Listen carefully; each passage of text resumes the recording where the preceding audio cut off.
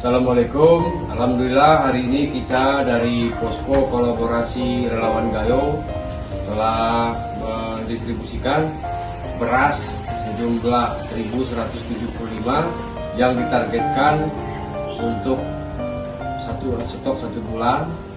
Juga kita didampingi oleh bapak-bapak dari Satgubernur Aceh. Terima kasih atas dukungan kita selama ini, yang mana membantu juga mendistribusikan beras ini.